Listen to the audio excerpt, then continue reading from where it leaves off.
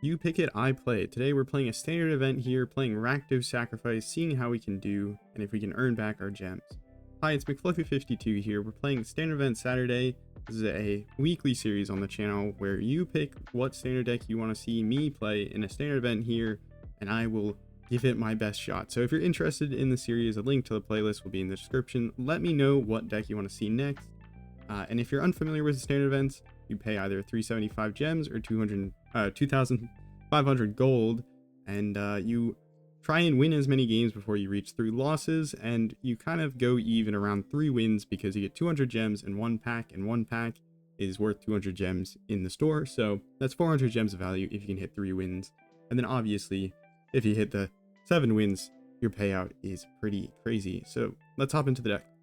This will be the deck that I'm playing here, Rakdos Sacrifice. This one only has 100 games listed, but I thought this has the most upside, and we're playing Alessia, so it would be fun. There is this more common list that has more games but lower win rate. I just figured let's go with this and see how we can do. So if you're unfamiliar with the deck, you play a bunch of cheap, efficient creatures / removal that get benefits whenever you sacrifice them. So Final Vengeance is a good example. Additional cost to cast a spell, sacrifice a creature, enchantment, and you can exile a target creature. You can sacrifice your Clockwork Percussionist, your Hopeless Nightmare, the roll token, your Disturbing Mirth, your tokens from Forge, all sorts of things. So that's the deck. Let's see how we can do. Okay, opponent goes first. Do we want to keep this? I guess we'll give it a go. We don't have any good 1-drop, but maybe we'll draw into it. We have Forge in the hand, which is a very strong card that's hard to remove for a lot of decks. So the opponent might have a Duress. Nope, Hopeless Nightmare. Maybe the opponent is also on Rakdos Sacrifice. Having to get rid of the Torch of Tower, Final Vengeance. Get rid of the Torch of Tower. Alright, another Disturbing Mirth is interesting. I think I'm gonna go with Fear of Missing Out. I want to put creature on board. Looks like the opponent was on Dimir Bounce. If we can stick this forward, actually no, Forge isn't really that great into bounce. Yeah, I don't know. Maybe I get rid of one of these Mirths. See if we can find our 3rd land drop.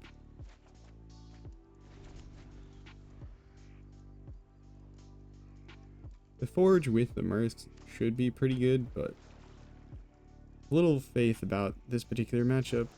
I played this deck some on the ranked ladder. We get some experience with it, and it felt very strong, but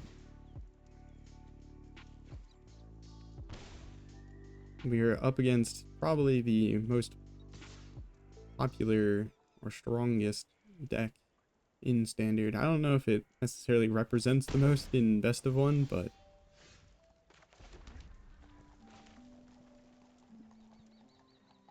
don't think we really need a 3rd land, so I think I'll get rid of the land here. Perhaps I should have ran out the Forge, but could eat away at an opponent's hand. They're gonna be able to just like loop with Storm Chaser's talent, so this could hold the Hopeless Nightmare. It's something good to sacrifice with Mirth, so I'm gonna play it out.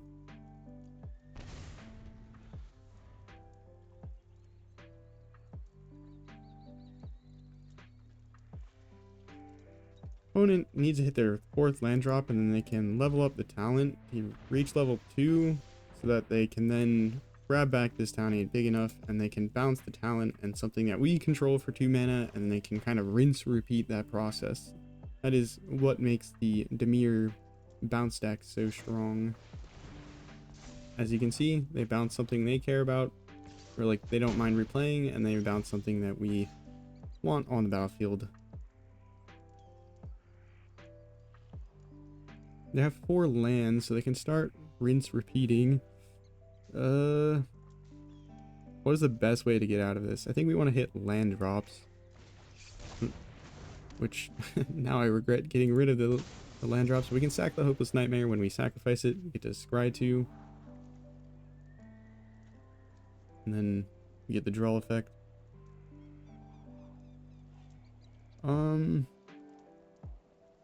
Final Vengeance doesn't seem bad. I don't know if we need another Fear of Missing Out. Because then we can get rid of one of these otters. I don't know how to play this matchup. Did not actually face Dimir bounce. I don't think. Well, actually no, I think we just needed mulligan for a better hand. So we had action on one, because now I think we're just going to be too far behind pretty much no matter what we do. So we can't ever stick anything onto the battlefield. Or we shouldn't really be able to ever stick anything onto the battlefield.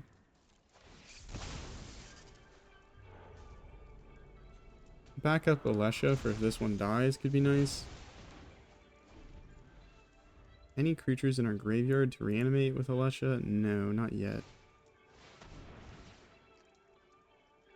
So if they do target us with like a Hopeless Nightmare, we can discard the fear of missing out and perhaps reanimate it with Alesha. I don't know. Raid ability here though. Looks like the opponent is gonna stop us from having fun. Alright. How do we put most amount of bodies consistently on the battlefield? I'm not sure.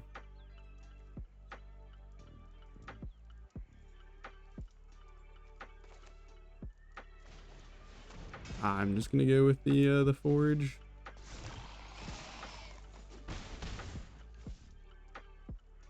No. If the opponent sees it, them attacking in with Reef gets us down to like 1 HP. Because they can attack in with the Reef and then play the Hopeless Nightmare. And then they just need to bounce it once.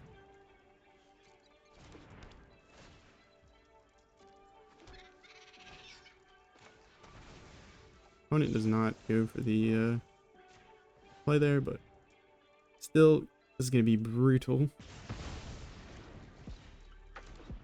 Fear of missing out is really good with the Urabrask Forge, because you can get double Forge trigger on a single turn. Youch, okay. Say that is a little late for what we want to be doing, but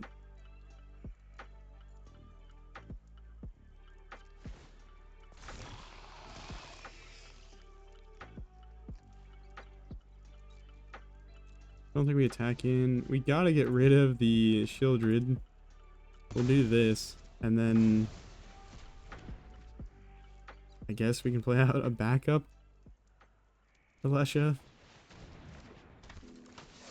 We need to have enough blockers so they don't just kill us with the Reef, but they can just start looping the Hopeless Nightmare.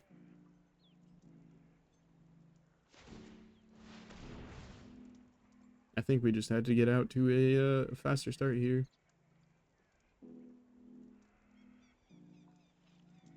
Bounce and discard I just feel like are so good in terms of being like universal answers that it just feels so hard to do anything into our opponent here.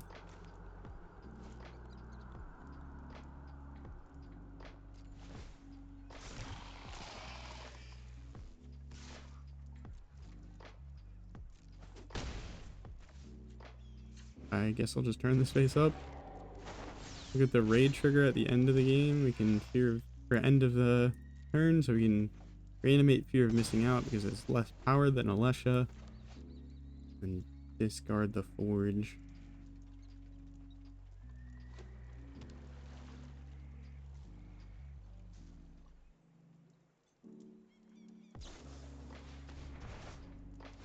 Hopeless Nightmare. We still actually have a chance. Okay, we need the opponent not to attack in with the I guess I'll keep the Mirth just in case it's relevant. We need them to not attack in with the Restless Reef, which it doesn't look like they are going to, so we might actually have a chance here to close out the game with Fear of Missing Out and Alesha.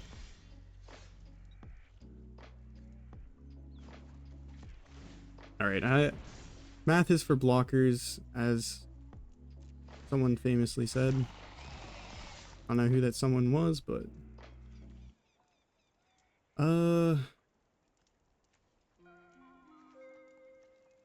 discard. Who do we give a second attack to? We could give it to the 4/1, and then they're forced to kind of block it, otherwise they take a bunch of damage. Give it to Alesha, which is similar results. The opponent just concedes. Okay, well, I think we won through that attack. Holy moly. We're 1-0. Alright, this hand I feel like is much closer to what we want to see. Going first again, I think. Did we go first last game? Can't remember.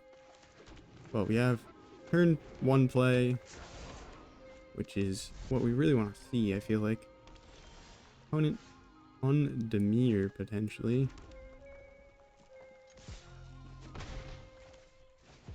Final Vengeance. Do we care about Final Vengeance? Or Torch the Tower is better. I think Torch might actually be better here.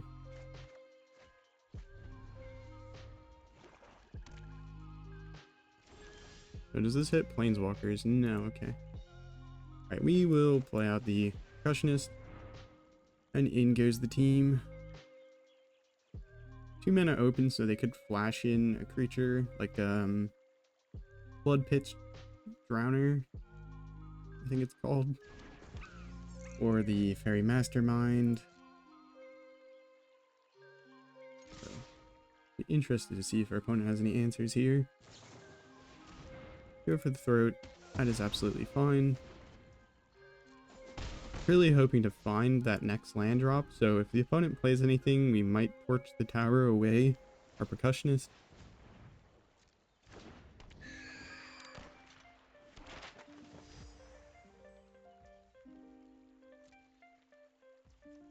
We'll go ahead and kill that. I'll sacrifice the Cursed Roll. We'll hold off on the Percussionist since it does exile. And we still get a scry from this, so we can put this away.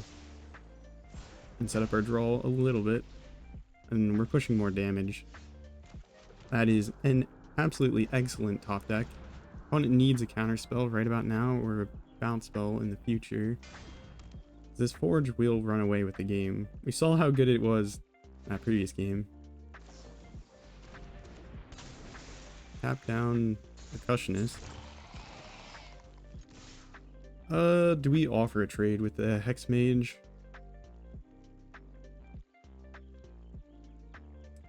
I think we want a blocker just in case they have Kaito. And this forces their hand a bit more in terms of removal. We will block, because if they have the Planeswalker Kaito, they don't get to cheat it out. And they don't get to get rid of our Percussionist, which means we can do stuff with Braids. But I think first we just forge it up. Opponent is playing blue-black, so they don't necessarily have the best removal for artifacts. And they do have like bounce spells and everything, but go ahead and swing in, they can block the 2 damage. They'll draw a card when they come in. So I guess there's an argument that we should have played Braids, but we wouldn't have really wanted to block the Enduring Curiosity anyways. Now we're gonna really wish we had the Final Vengeance or a well, I can't remember. Torch the Tower. Cards are escaping my brain right now. Oh. Ask and you shall receive. We'll do this right now. It's a sorcery. And we get the chance to play whatever we exile, so we go to combat. We'll play Braids post-combat. It's 5 damage this turn. Daybloom Trick, they're going to tap down one of them. Very well, we can sacrifice that. We're probably going to take the 2 damage. Braids, they have 2 mana open, so they could do something about this Braids, but hope they don't, because then we have a card draw engine online. Sacrifice our creature. They have the option to sacrifice the creature or lose 2 life and let us draw a card. So they're going to choose to lose or sacrifice their creature, which makes a little bit of sense. Fairy Mastermind. It's a little bit surprising. I guess the opponent's probably playing a bit of a fairies sub type in their deck with like Spell Stutter or something. Planeswalker comes down, not what we want to see, but we have a lot of power coming through our forges here. Opponent immediately takes it up, which is actually a bit fine with us. Forges. We're gonna... Do we just push damage base? This is 10 damage. We're at 12. So what we can do, we can send one to face and the others, or sorry, one to Kaido, the rest at their face, and then we can torch the tower, Kaido, potentially on our end step. So we will go ahead and sacrifice one of these.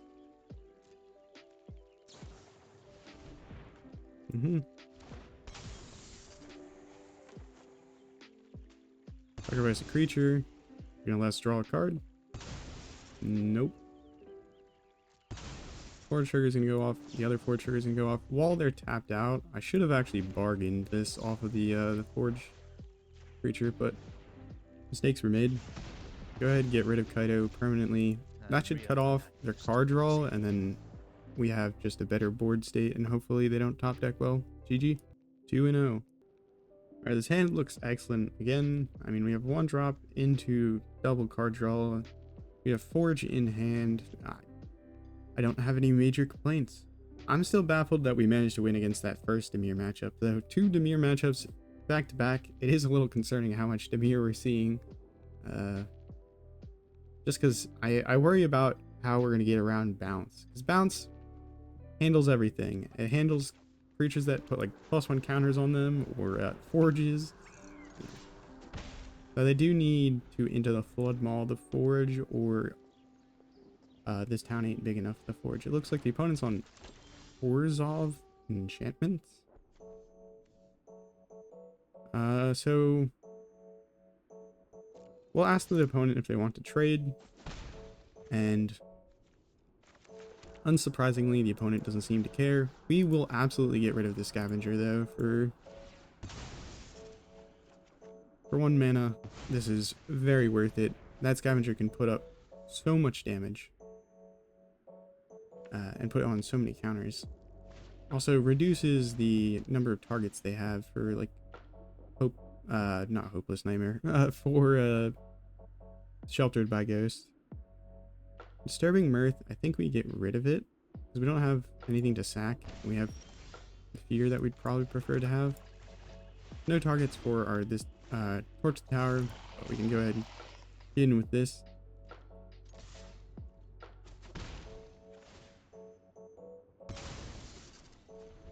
Is this a May ability? No, it is not. So when it enters, you do have to discard a card, and then you draw a card. But if you're empty-handed and you play out a Fear of Missing Out, you at least get to draw a card, which we might be able to demonstrate this game because the opponent is on Esper Pixie.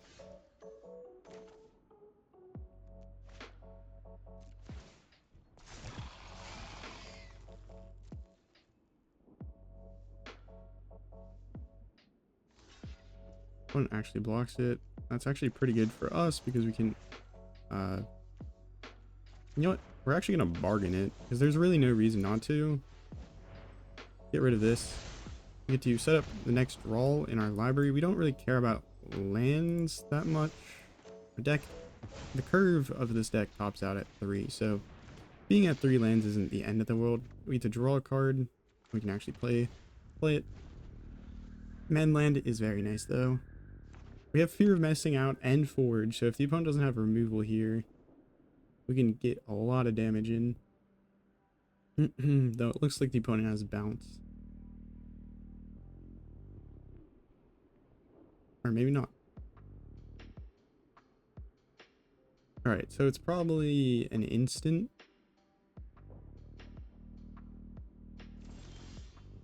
It is most definitely an instant.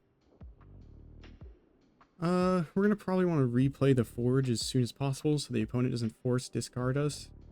So we just have to go to combat here because the opponent's gonna bounce it.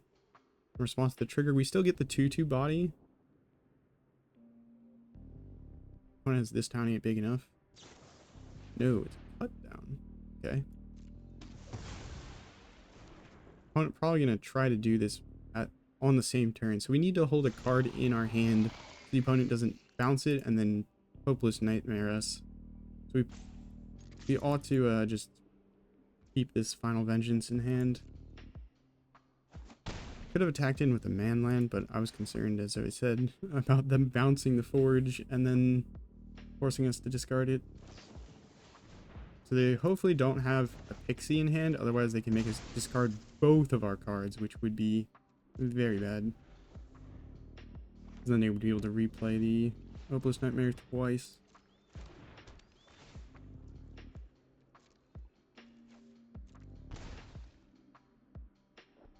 If you have the pixie, I'm gonna be so sad. By pixie, I mean anything that just puts the nightmare back in their hand. This is a good sign. This is a good sign. My goodness. Ugh. I despise these Esper Dimir bounce decks. They are so annoying to play into.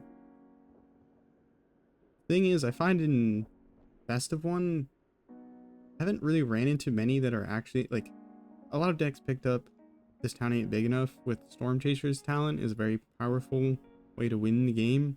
Hopeless Nightmare, like, turns it into pretty lethal, but at the same time, you will find that, what do you have in your hand? But at the same time, you will find that are plenty of people who are just not running the Hopeless Nightmare. So you can't even run, like, Obstinate Baloth very confidently into all of these decks to get a free 4/4.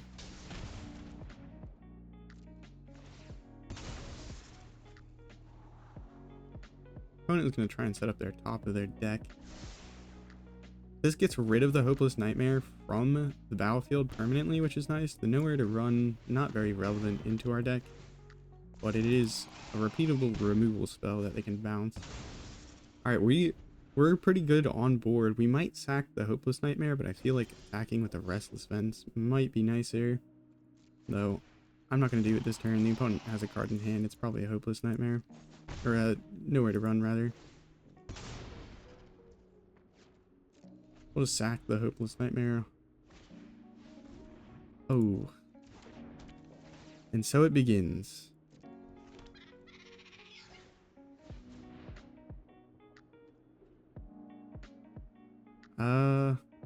Is there any answer we can do to this?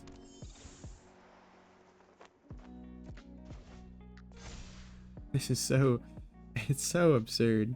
We played a mono white 0 rares budget deck that made use of Nurturing Pixie, and just have to say this card is very good. Do we want to get rid of the Pixies or the Otters? Let's get rid of the Pixie. Attack the Hopeless Nightmare. This should set up okay. I definitely don't want to see lands. A Lesha would be the best if we can find it, or if another Forge would be decent.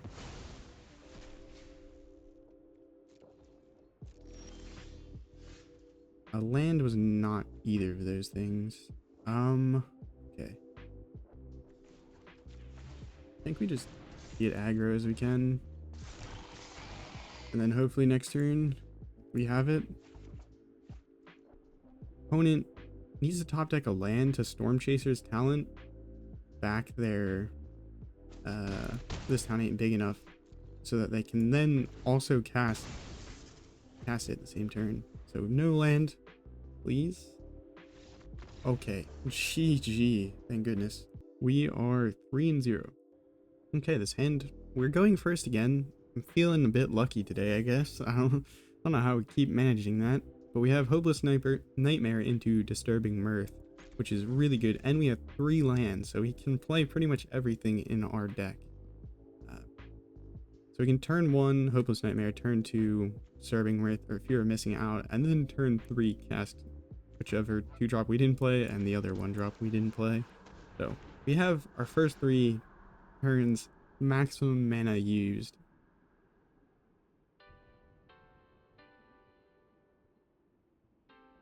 If they discard a Dimir land, I'm gonna lose my mind.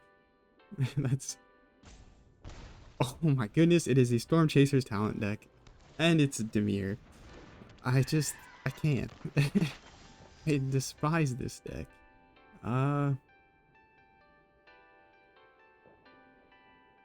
Well, is it better to...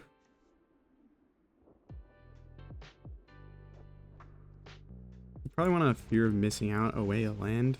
Probably should have played the Sulfurous Springs, but I mean, our life total will matter here a little bit.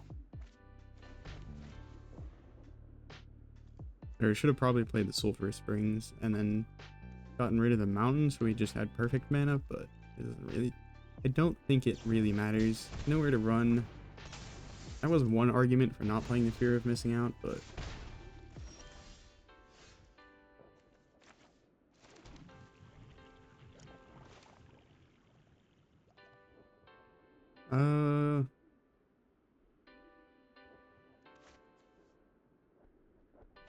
Alright.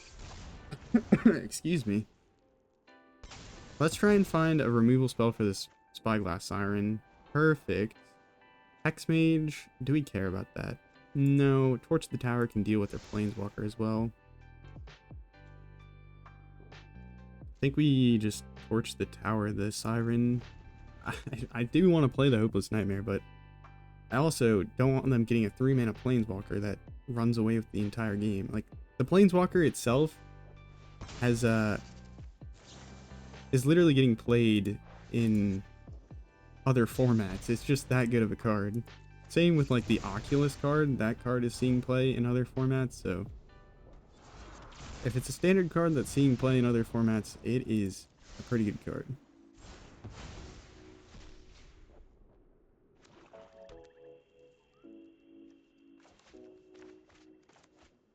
Opponent might have a nowhere to run or something. Opponent did have a land drop, but we wasted their map, so we wasted 1 mana and we stopped them from getting value from their other card. Alright, what land do we discard? Perhaps we should have forced a Hopeless Nightmare here first, but Forge is awesome. I think we're just in the driver's seat again. Turn 1, starting out strong, it just wins you so many games. And this town ain't big enough, so they probably have a talent, if I had to guess.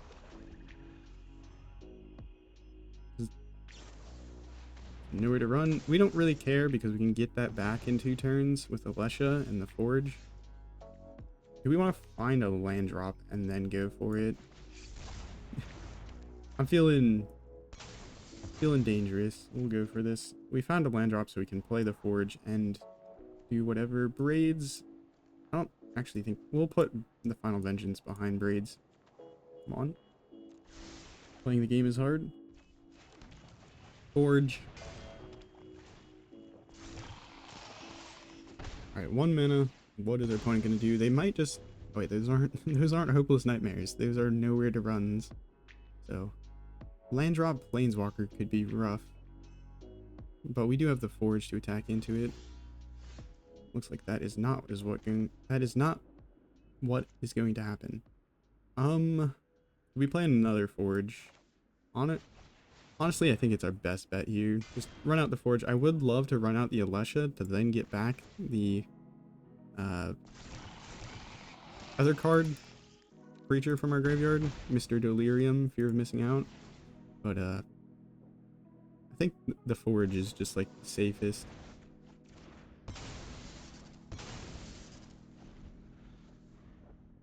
Because it's dodges creature removal and stuff, but yeah.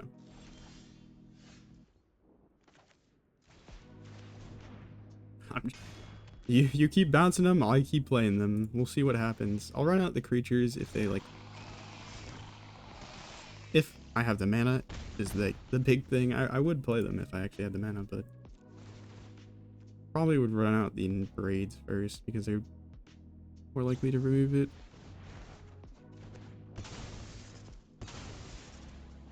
down to 8. 3 mana hasty 1/1. That's what the Forge has turned into. 3 mana hasty 1/1s. That is hilarious.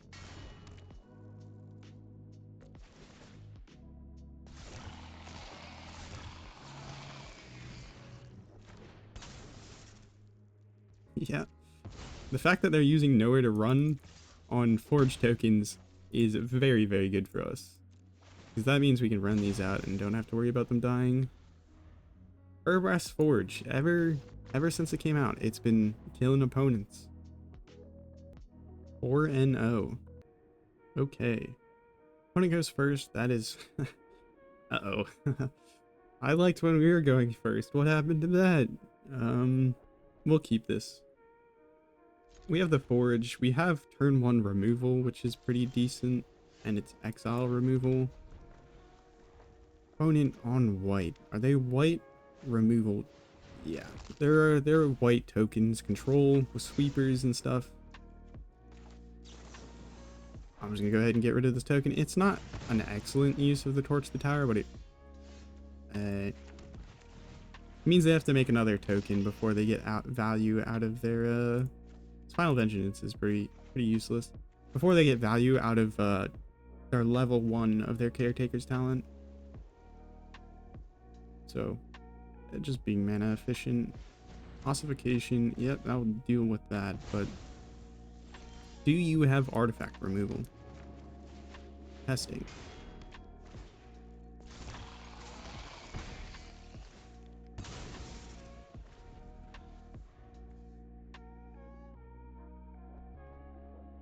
Bye-bye creature, but we will live with that.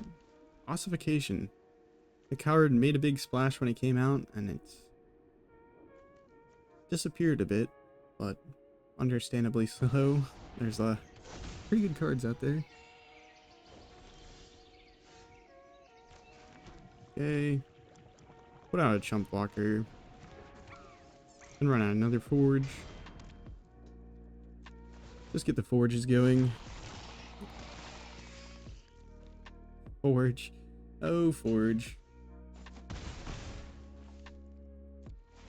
There's a there was a Boros token deck, and I don't think it stopped existing, but it kind of fell off in popularity, using the Forge plus Caretaker's talent to draw a card every single turn.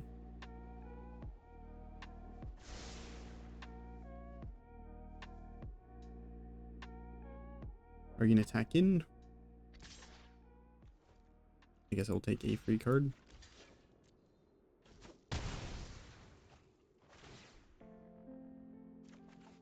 Alesha?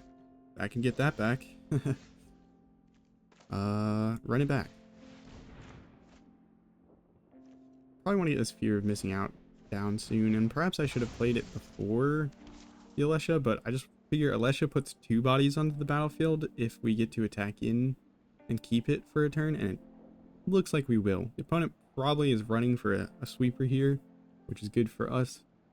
The Forges, though, will keep applying pressure. The question is, will the opponent be able to find their probably scarce artifact removal before we get to just win with our Forges? We get the raid trigger. Alesha isn't the one that has to attack.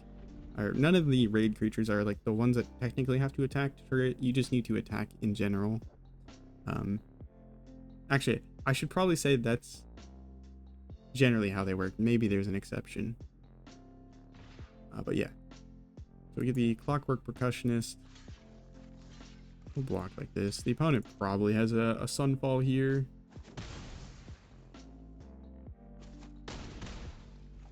So that's why they're attacking, and they're trying to get as much damage as they can before they remove the entire board. Sunfall, Save Judgment.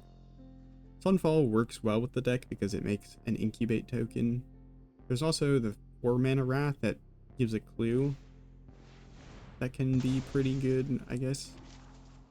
It's probably better in best of 1 situations where you need a lower to the ground Wrath, but Sunfall is just the best Wrath. The best Wrath. Alright, I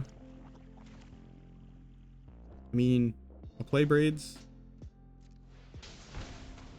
I don't know if I really care about playing out Fear of Missing Out, because the opponent's just gonna remove everything with a sweeper here, I feel like.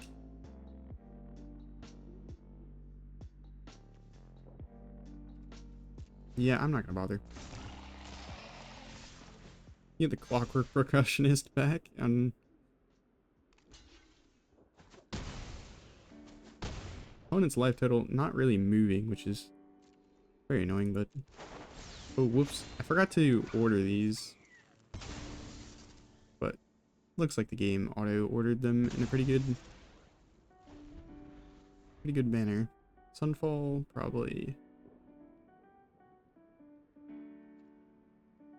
They got rid of one forge temporarily, but we'll be playing it next turn.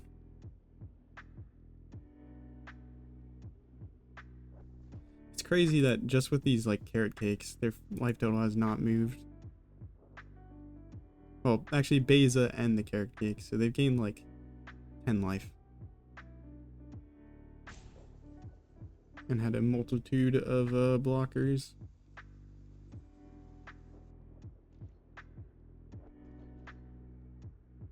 Opponent. Nothing? What is going on? I mean, I don't know what they would have in response to the forge, so... Just another soul partition. Okay.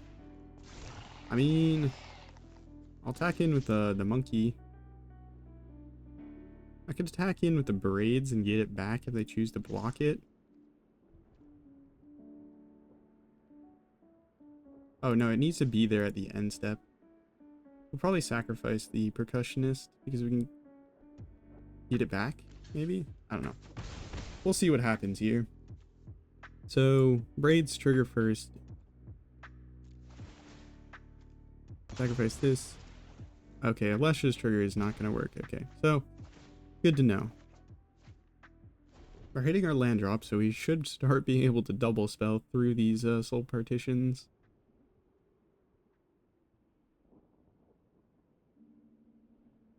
That's good to know, though. If you sacrifice a creature, you can't reanimate it immediately with the Alesha. Opponent probably has a sweeper. In that case, do we want to send Braids to the graveyard? Probably. This is the first time they have attacked, so maybe they actually finally have it. We're gonna go for it. Or they're just gonna Legend Rule Beza. Archangel Elspeth. Interesting.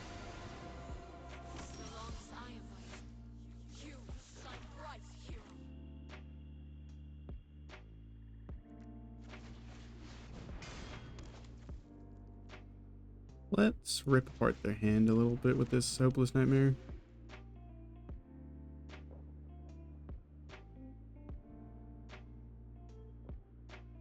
We do need to kill this Archangel Elspeth. Sweeper. Okay, so this Elspeth can put out 1/1 lifelinkers each turn, which would be problematic. Do need to find removal for Beza as well, but we can sacrifice the Hopeless Nightmare with the Disturbing Mirth, and then hopefully draw into a Final Vengeance. If the opponent has run out of removal for the forges, we could go for like a Fear of Missing Out. Ooh, okay. I can blink artifacts, so that is also a huge problem. I can't believe we're gonna lose this just to... that is so sad. I'm pretty sure this is just straight up lost.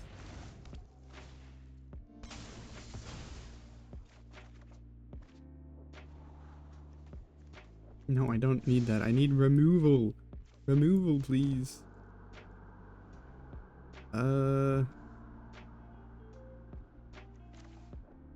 Braids can start drawing us cards.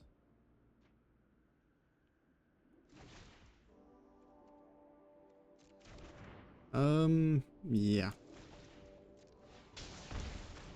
These double strikers can permanently chump block the forge token, so we really need to get rid of the Emperor as soon as possible. So we can only attack one creature to the Emperor because of its ability here. No more than one creature can attack the Eternal Wanderer.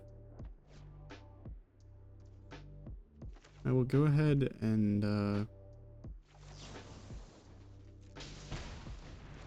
remove blocker, and since it has trample, it doesn't really matter. It will attack through.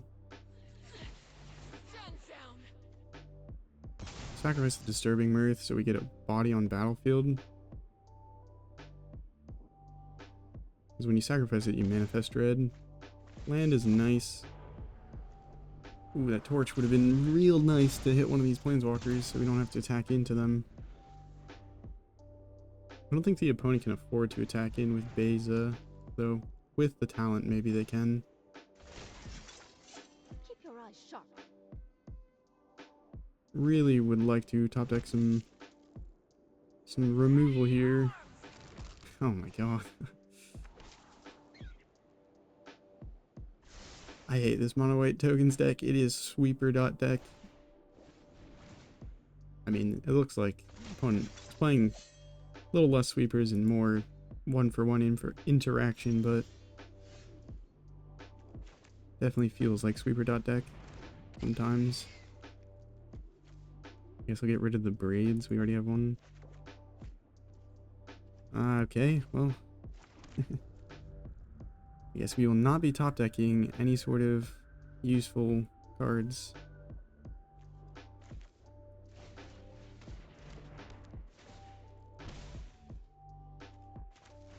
Well. Don't know what to say. Think we're just cooked. Think we are just cooked.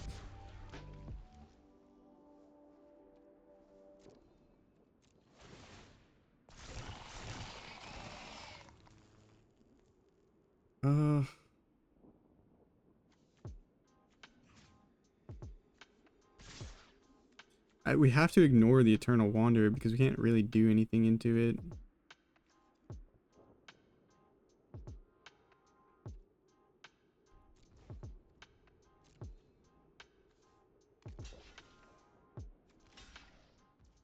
Yep, that. Guess I could have not attacked and then used one of those to sacrifice with braids, but I'm planning to sacrifice the Clockwork Percussionist anyway, so if we can find a removal spell for this Emperor off like the top two cards, or top card. And it starts drawing the entire library, and there is the bargain. Get rid of this Emperor.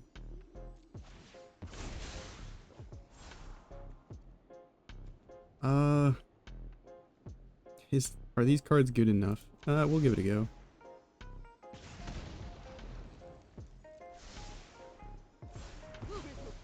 Alright.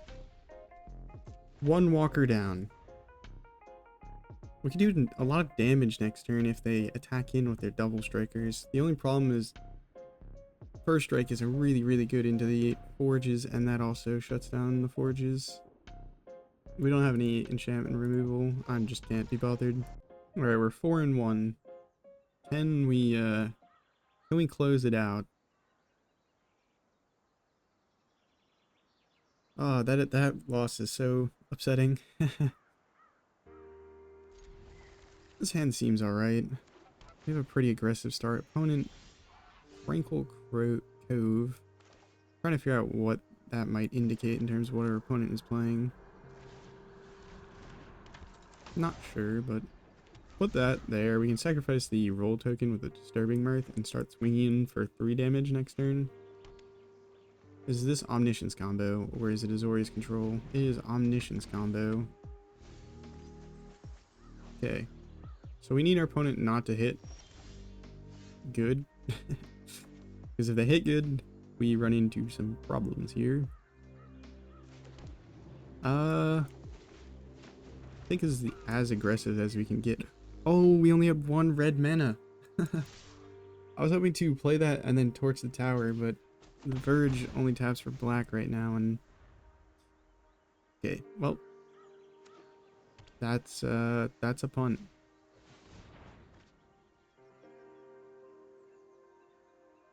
Omniscience is in the graveyard, dude. We just lose.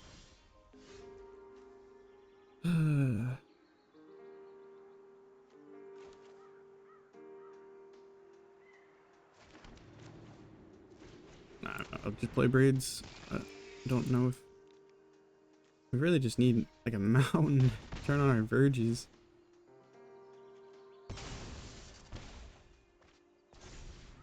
Alright, so if they have the reanimation... No, okay. It's a turn. Turn has been bought. Oblalos. So now they basically win the game next turn. Okay. Well, I guess I should have been playing mono red. Ay caramba.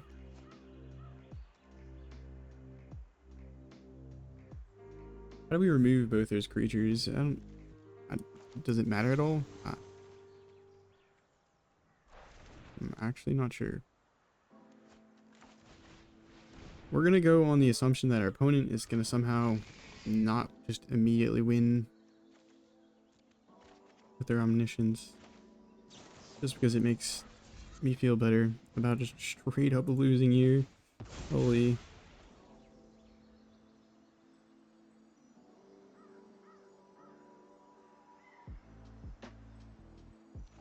Okay. Really don't need that 6th land. I think we're playing 20 lands, so.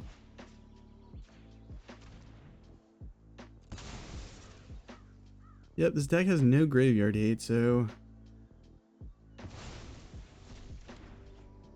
not the best of you know what? Why not? We'll sacrifice the land. Drain ya.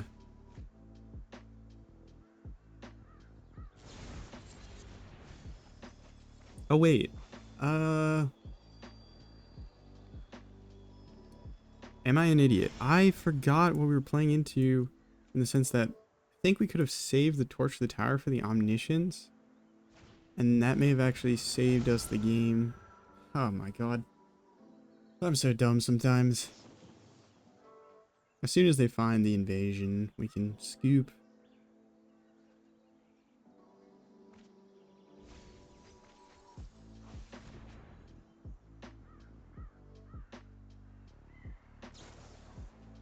Still no Invasion of Arcavios. If you assemble Invasion of Arcavios and Omniscience and you don't win the game, then there are problems, but why is the opponent playing a Hedge Maze? Okay, well, I will do that. Okay. I was actually... We're 4-2. I forgot to mention that. But, actually, last match, if I held up the Torch the Tower, it wouldn't have made a difference. All that would have done is force them to use one of their counter spells. But I think they would still have probably plenty of cards to go ahead and find the rest of, the pieces they would want to play. Opponent domain. It's not great. Not domain, but like multicolored ramp. Probably.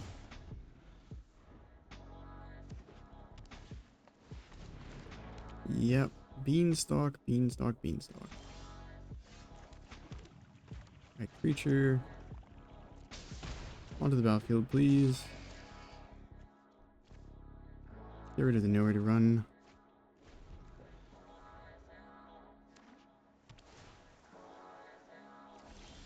Tapland does mean they're slowed down a bit here.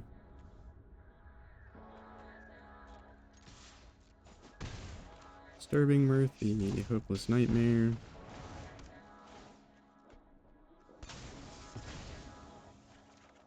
I don't know why this draw goes first before the scry. We don't need another Clockwork Percussionist. In fact, I don't even think we need a single one. Opponent's probably gonna hit the Sunfall. probably gonna be able to hit us with the Sunfall. So maybe I don't sack the Disturbing Mirth immediately, but human. I'm very confused. Alright. Braids. And we'll run out of Percussionist. We can sack it to the Braids.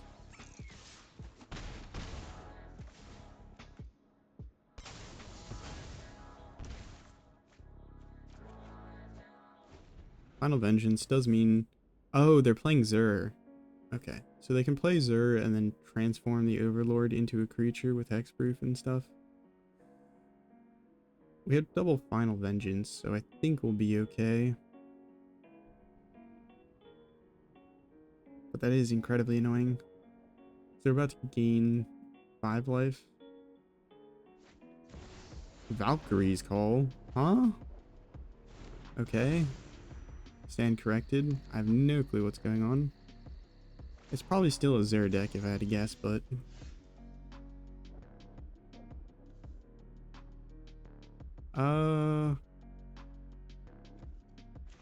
Play this. Do we think they're gonna Sunfall?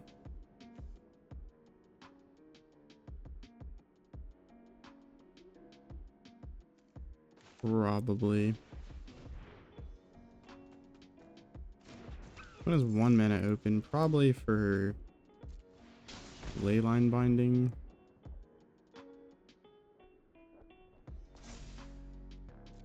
Let's push as much damage as we can. Probably get rid of the Braids, if I had to guess. Get rid of the top land. Forge is good, but now they're going to have access to Leyline Bindings.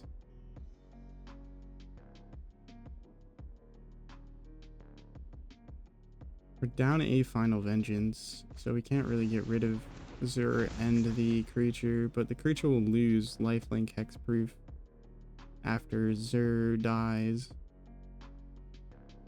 They can animate Leyline Binding to do a bunch of damage and gain a bunch of life. We're kind of back at square one.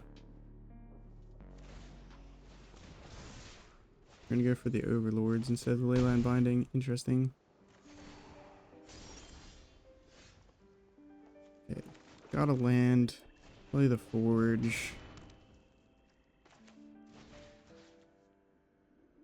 Get rid of the Zur.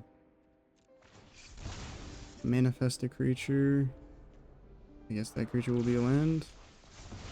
We have no blockers. We attack in. We get double Forge trigger from Fear of Missing Out. I guess we'll untap Fear of Missing Out. And then get a 2/2 that we can attack in. Down to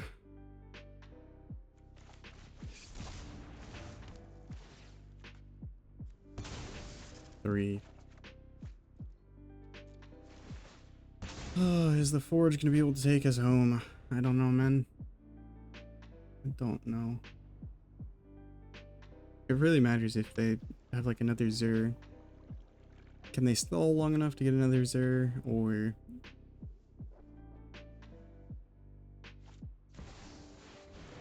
Okay, that's a creature. It's fine with us, to be honest. I think we might just activate the Restless Vents for another attacker here. It's gonna have Menace, so it'll be hard to block, and then we can give it a second attack.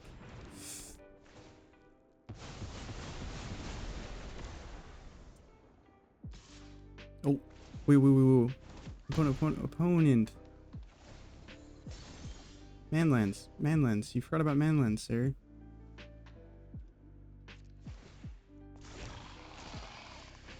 I almost forgot to activate my Manland. Would have been very sad if I forgot to. Get rid of a torch. Okay. We can torch the tower away their Overlord. But that means we can't play the Fear of Missing Out, but I think that's okay.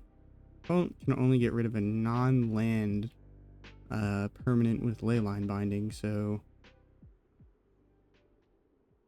The block with the Overlord, we can kill it with the Torch of the Tower, and we're dead to our Painland.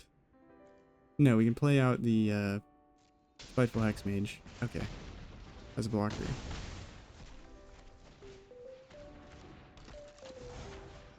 Just needs to block the Overlord, the Hauntwoods. Please, please, please, please, please, please. Arena Gods, please. Yeah, it died. Well, it didn't die. It got exiled, so no Valkyrie's Call, no extra value.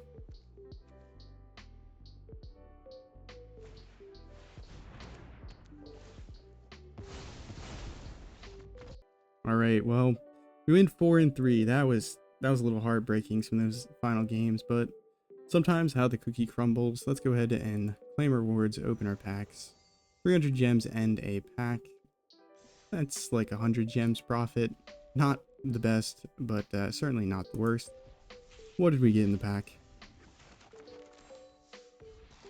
Painful Quandary. Well, this card used to be in standard, and then I have a full playset, so that's not very helpful. But anyways, hopefully you enjoyed the video. If you did, make sure to like, comment, subscribe, all that good stuff. Helps out a ton. Subscribe so you don't miss out on future videos, and consider checking out the previous video. Actually, the previous video wasn't really a standard event Saturday, so if you're interested in that, there's the playlist in the description. And then also yesterday we tried to we hunted for a turn 2 win using Omniscience. So if that sounds interesting, check out the video. Anyways, have a nice morning, evening, night, afternoon, wherever and whenever you're watching. Take care of yourself. Ciao.